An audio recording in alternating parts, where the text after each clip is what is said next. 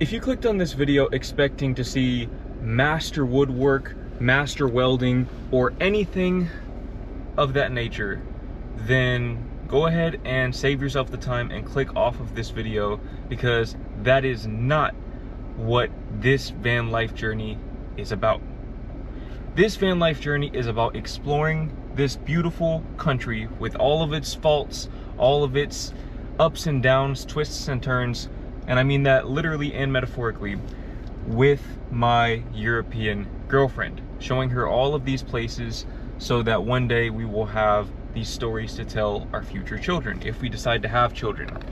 That said, our van build is pretty much as rudimentary as it possibly gets, and as I go through this video you will see exactly what I mean. Now, I apologize if you can hear the van in the background. The reason why I have the van on is because, for starters, I'm in Louisiana right now and it is hot as hell out here, so I need that AC running 24/7. Aside from that, I'm also charging this power generator, and the only way you can charge it is when the car is on, unless you want to drain your car battery and get stranded.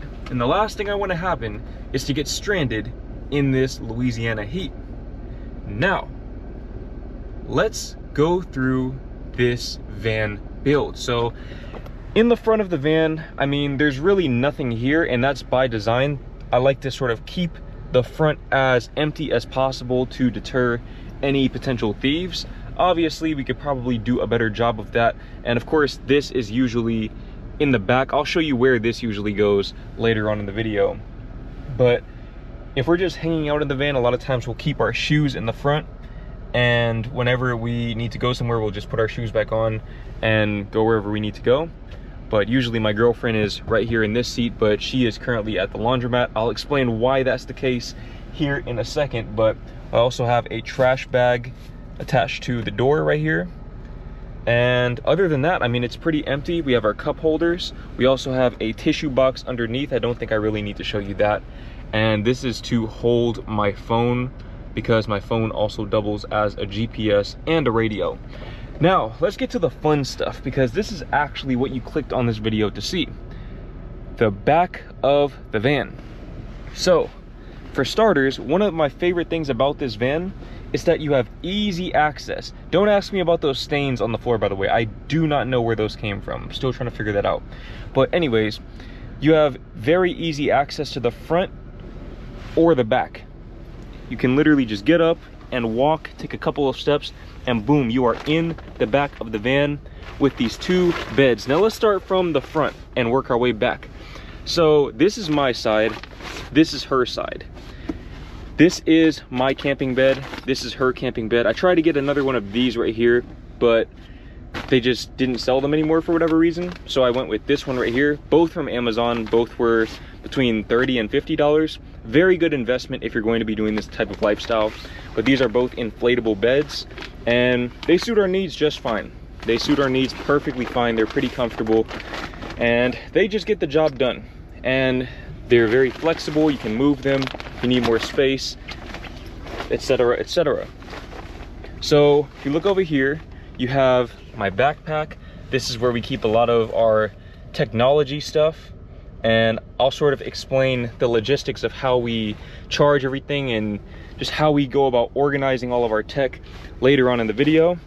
But you can see we have some dirty laundry right there. So we have some dirty white clothes and some laundry detergent. Usually we have a laundry bag hanging from this hook right here. Basically, let me break down what happened earlier today. Okay, our day got off to a very rough start. For starters, we woke up at 3 o'clock in the morning and couldn't go back to sleep. And once the sun comes up, when you're living in a van, you're up. There is no going back to sleep, especially in a place like Louisiana where it gets so damn hot. But basically, that cooler right there, that cooler was pretty much all the way filled with water. Most of the ice in there had melted. It was halfway full of water. The light turned yellow and I slammed on the brakes. The cooler flew all the way from back here to the back of this seat, boom, fell over, opened up, and all of the water spilled out. So the laundry bag got wet. This bed got completely soaked. Thankfully, it's already dry, I think because of the heat. And we had a blanket on top of these beds. We usually have a blanket across the beds, and that got completely soaked. I'm talking about dripping wet. So that's currently at the laundromat along with the laundry bag, because all of the clothes in there got wet as well. And when you're operating with confined spaces like this, you don't want to let things get wet and stay wet, because that's how you get mold. Now, I have the tech bag right here, so laptops, camera, etc. This right here is another power generator, but we don't really use this one. I honestly only brought this because it has these jumper cables. Not that I really know how to use those, but if I needed to, it'd be nice to have them.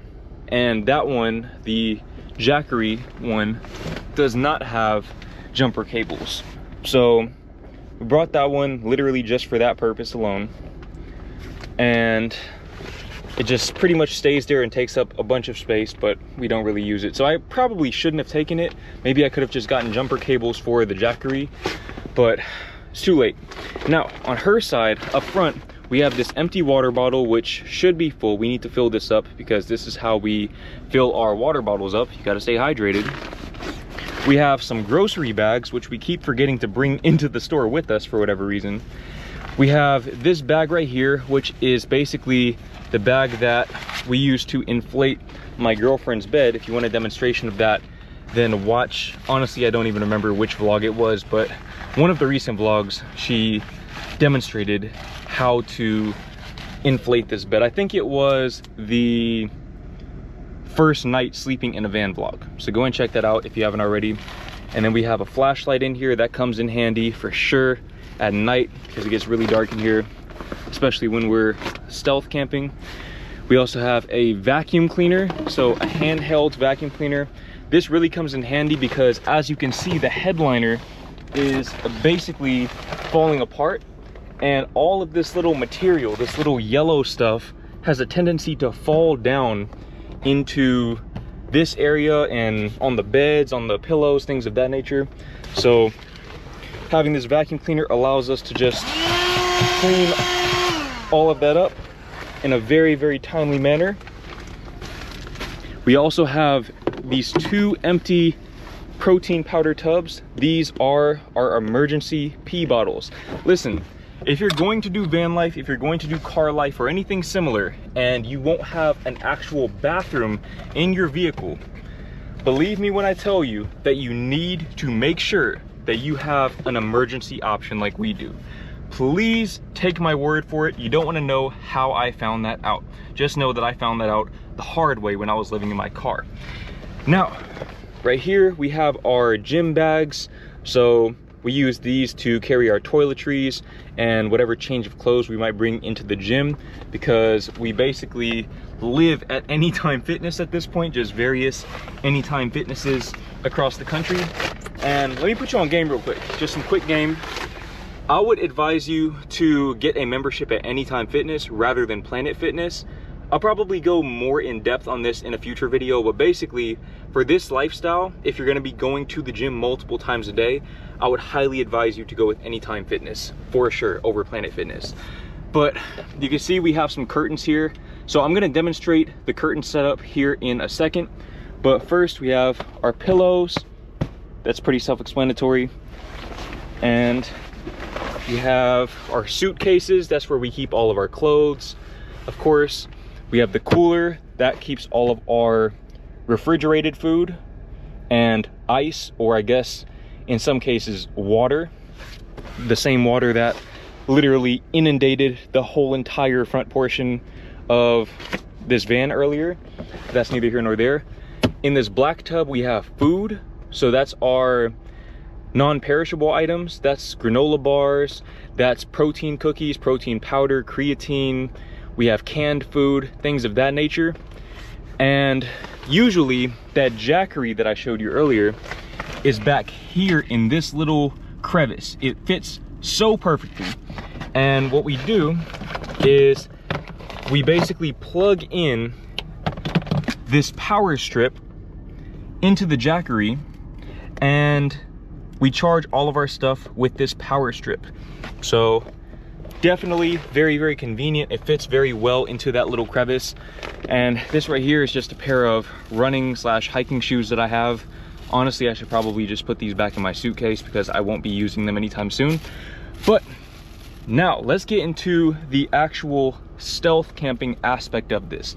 So if you haven't been watching the recent vlogs, basically we had a bit of an issue with the back window.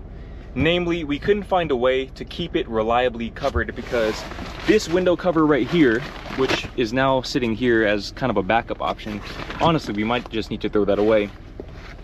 That window cover literally fell off of that window every 15 or so minutes. It was so aggravating, especially that first night that we were trying to sleep. Honestly, it wasn't even at night. It was probably 8 or 9 in the morning.